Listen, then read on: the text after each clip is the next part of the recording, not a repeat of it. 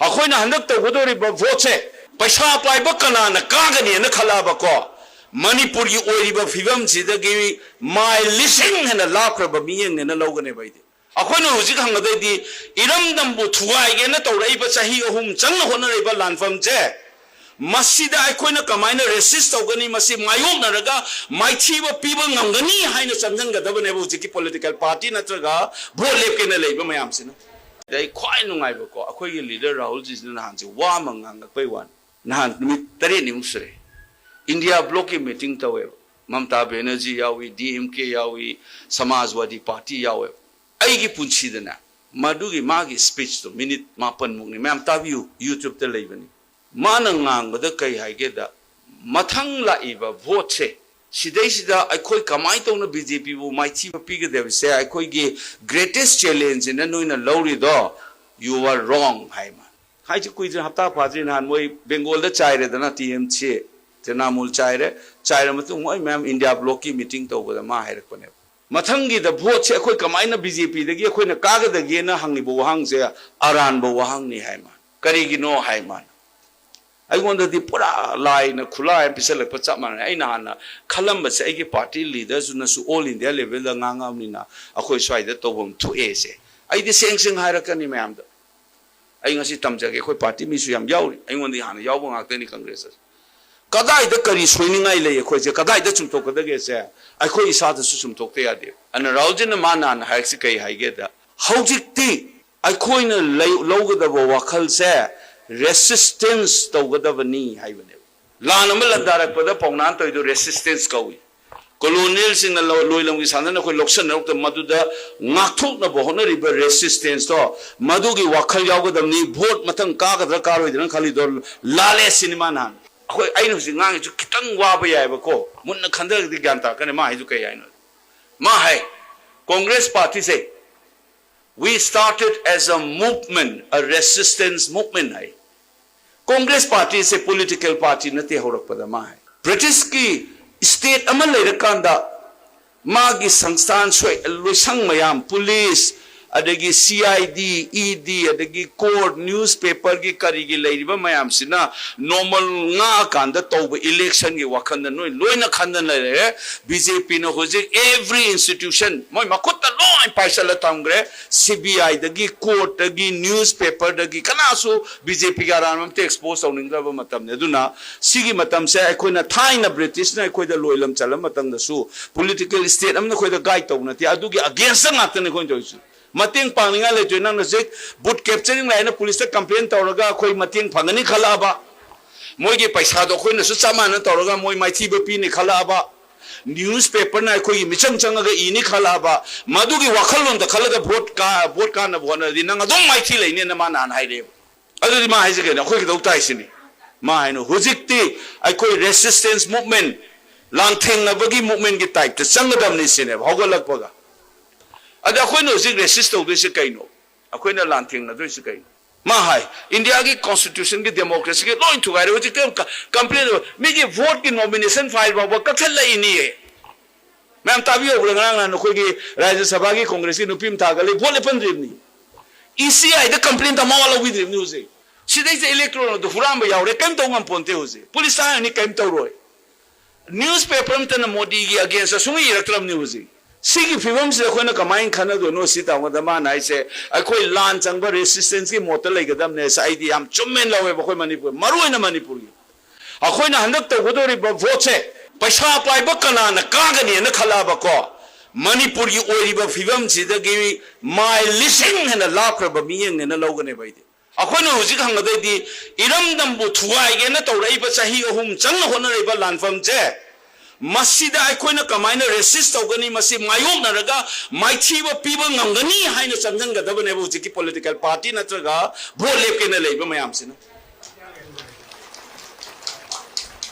He's seen the Piraponi, Anila comes to Tengar and the Tate.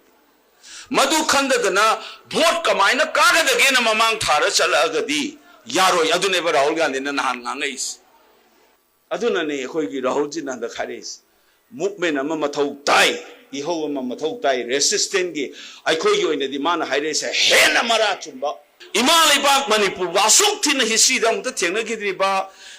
तौरीब मयाम से कमाई तौदना माइथीब पीगदगेना movement अमा सागतलग मदुदा चोंथोक ngang मदुगी resistance की movement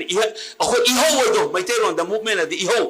मदुगी इहो दो हौद्रगदि मदुगी सरुक ओइना संग्रगदि अखोई बीजेपी दने मोइगा मानदना पैसा कायदे थादनी कमाई तौनी न खल लेरगदि नंबर 1 मणिपुर की अखोइना कन्निंगिबा मणिपुर सुमोय ओरोय पैसा थादरमी वोट कारकनी मणिपुर इरांग सोप तौर चप माने सरकार सिंधुए सरकार होंगपने सिबो कयाम साथी की मुने नहान चलुरे मकन विलेज चलुरे कोरोमेंस यावे चपदा अदगी नहान सु मोय अहुम अमा पुखले नाई खंगे सेक्रेटरी डिपार्टमेंट चल उनरमे अदगी नुपी मयाम मोयगी मकक मकक हाले बे मांदु मोक्तु नाकन संगम द लeye प्रेयर तवे द ngak संगु उनरुई अदद लैरिबो मिदना मिगी थांगरिबो खुन्ननी नि ममिंग खंग्रगसु ममिंग खंगुसु अनिहुम यावे हाय मोइबु फारिबो मयाम दो मसक्ति लोइन खंगे फावर सदब समना हायबो सिगी लेकाय दे मथंग लेकाय फावर सबत खंगबदो मसक्ति लोइन खंगे ममिंग खंगदो स्वाइदे दा अखोइगी सीएम लाम नुमितांग कुनिपान ममांगी बेगे कुनिपान दा कांगपोपी की एसपी लागा मांगी ngसाइगी फारो नुपी मैम दो दा लैपटॉप ता हांगदोगे इलेक्टोरल लिस्ट मी सिंगदो होजिकी विलेज मोइ वाइफाई खुनगी दो अदु उल्ले सिकना से खंगना ओ सी नुपी जावे सी नुपी मैतै नुपी कुकी पामम सु यावरे न दैदा कुकी द मयुं पाम माय ममिंग सु सी लेरे सीनी लोय आइडेंटिफाई तवे अमा ममिंग ngaktung कैनो मपान थोकरे कैनो म हांगदो होलुबदा पुलिस अमा यूनिफॉर्म मोइन सुरंग खंवा दुगी द याव खुंदु द लेबा पुलिस अमगी नुपा सु यावरे होत द चेगी ममिंग हांगदो कुददा अदु सु ममिंग मथा खबर द सु फोंगरे से प्राइमा फेसी कवे लो the English prima facie suspect ने नहान कौखलग फाब यारबनेबा मोय मराले हैब नतबा चेनब मीने न फाब यारब दो ngasi बाव तौदन लेसे करिगिनो सेनि से अखोइना लियांग मैद थोकने न ngai लेदोरिब्रा नहांगे सु मैते कुकी खनबने न सुंगाइ लेबि ताइ सुंगाइ लेदोरिबे सिस्टम फेलियर ने से एनाय द पिसलगे दोदनो मणिपुर पुलिस से रिकवर तौदि लेपा हिंगे नंगी पुलिस डिपार्टमेंट से हिंदर मणिपुर थुगाइबसे मयाम खंबियो को मुन्ना लाइबा सुतम मिना खंगद वानी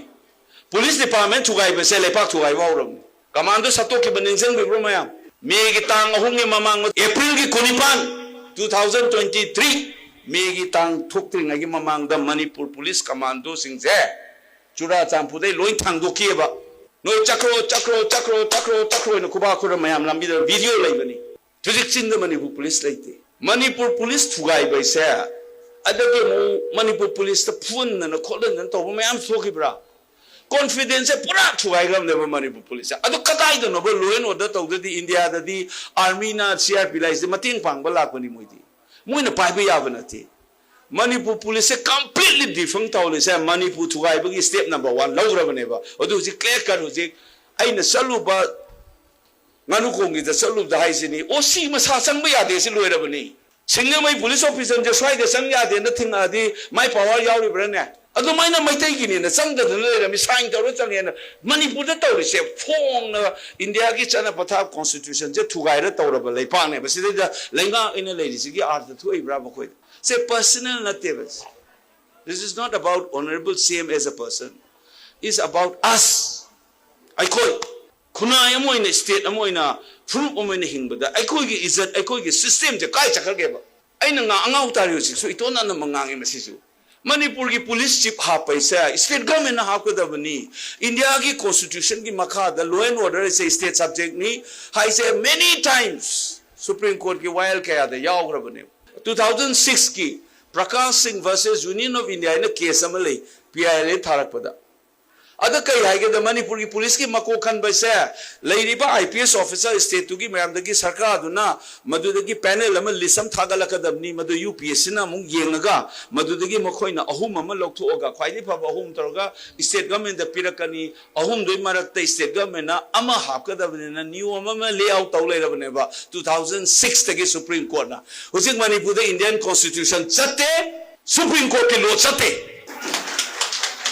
अदोजी कनानुम से इंडियन कॉन्स्टिट्यूशन तोराई मचनोइन सतम मै थारागा नमुक एंटी इंडियन ने फागे हेरकनी हुजी अमखोय ददी मखोयना थुगाइबे ददी कै हाइद्री बोजे पुलिस के मको हापो कुदो आदे हापै नत्रु हाना हाना ऑर्डर दि कनान थोए अखोइना रबर स्टैम्प ने मैं जो खंजम को आइना आइसे चाही अहुम सिदा kayam tin eikhoi je hatu ga thugai ra ga tawe se misi minachi khatana teba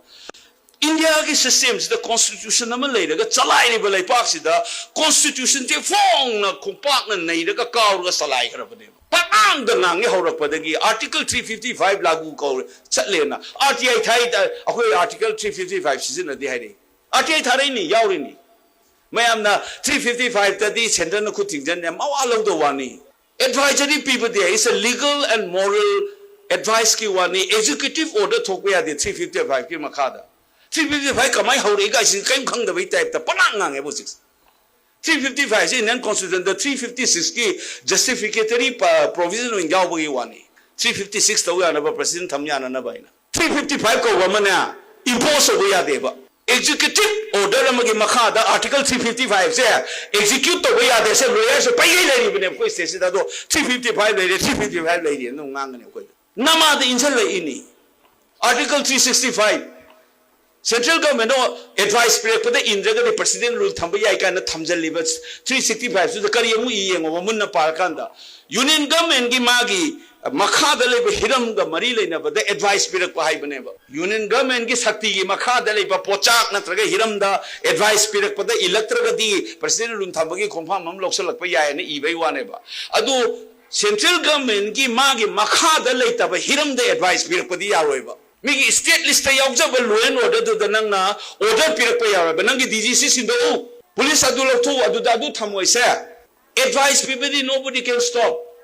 madu executive power yauraga piba yaba advice nate ba kaino the law and order is a state subject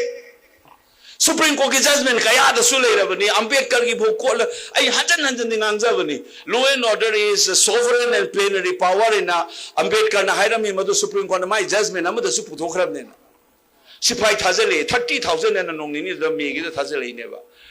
India Ginu Matun, the state government of Langabam, the Sipai Katan Tazan be oh, I got Tarakadabaneva, see low, see Makada Tow in the Tawaro.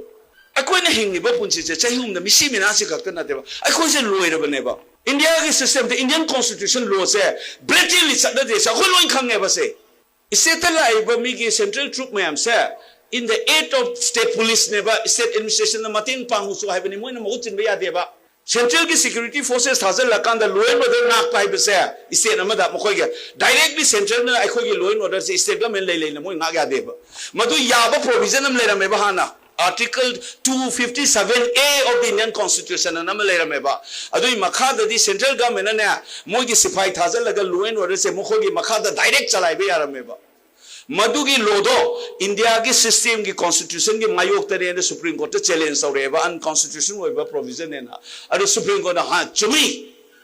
Masi union government masi ki power se paibam thokte na uji ki article 257A was thrown away by Supreme Court.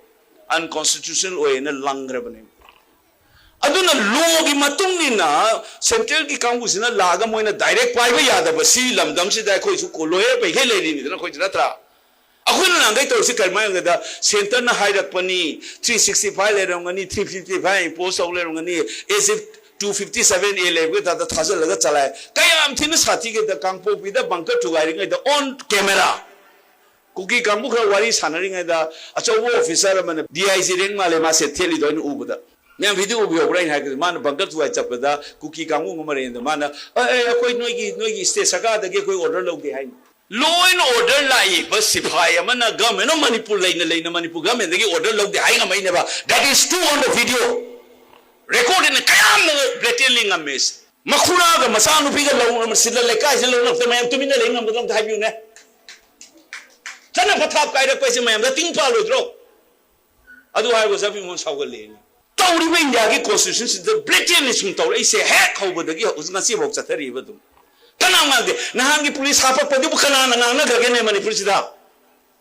Chinga di Delhi na hari gai ili di nangna bra. Haina daina. Kudam pira ini se. Mama ang handa tu isini. Kana nangna kisina television discussion to bra ne koi da. Subversion mayam se matang to rei se koi da ne masa. Themna bam changne ba koi myam chang. Miyam thina usitra ba ne ba koi se. Like parks again constitution, the Chana hundred, language highs in my day, Masanatra Manipur Matamna, knowing the Sanadra Batanan, the constitution, I might have had the anti Indian Hurricane. I say I might have a go. ai hai di moi na thugai ba di ara ga di kem taw de khoi tor di je kai hai ni anti India anti constitution nen tor ga nang pha ne ba ni gam no mi da nang se bok tor ba mani pu tor is di lo gi mai ok to ngak ni ning jang bi ho bra bas ha ba da sapmi na ri ba si phai su na kang la to bi la lo ya de amana phawak so kai den chat lo ya ro na state ki miham na khanba democratic government amgi political executive chief minister na order piraga bas lo sura chaputana senapati dong chalga kangpo pide khoi chapang moi na mukhai raga siphai kamu na mukta na leiraga khoi di cm ni government of Manipur in leingam si khoi miam kari khange ba akhoi lu ji vote ham do sini sigi singa reiba mi bu chana pacha loi na thugai raga toning na tauri ba se sigi matang sa ina paisa lising tara ni khangde amani khangde ai ge singa mai gi phana ba mi ne na khalaga vote taw dori bra natraga khoi resist taw dori ba masigi mayokta lan I hong chang ba gi movement am ma thau ta price ne ko ji kan do is aduni khoi gi handa ke Rahul Gandhi na haris vote ai se a khoi ji chang hang ga do se I hong ma chang chang ga dam ne ba resistant ki thugai rei ba constitution chana patha thugai rei ba mayam tawrei ba mayam se masigi mayok I hong oi na chang chang ga da ba ne ba madu gi fall oi ga da ba ne ba khoi election gi result se election gi ka da ba se kana na lep ke de ga I hong du da yaw ga chang chang ba ga ka ba ma mai thi ba ma adu da lep ka da ba ne ba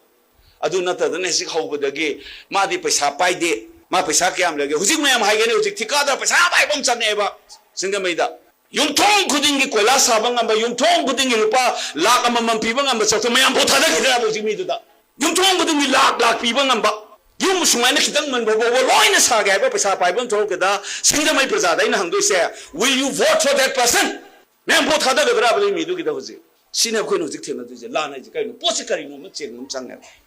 Kangla tombi lambi ade economy thugai re semi loan thugai re tawning bada tawlei re sida sida kanna na bi ho ma changjan bagi mohta khoina vote en sida kola sa na paisa ye na ma paisa pai bra ma dia du ingon da thilen tawlei ga di aikoi ni ima le pak Manipur na khali si karai da khali no ale ima le pai si su nei hai sini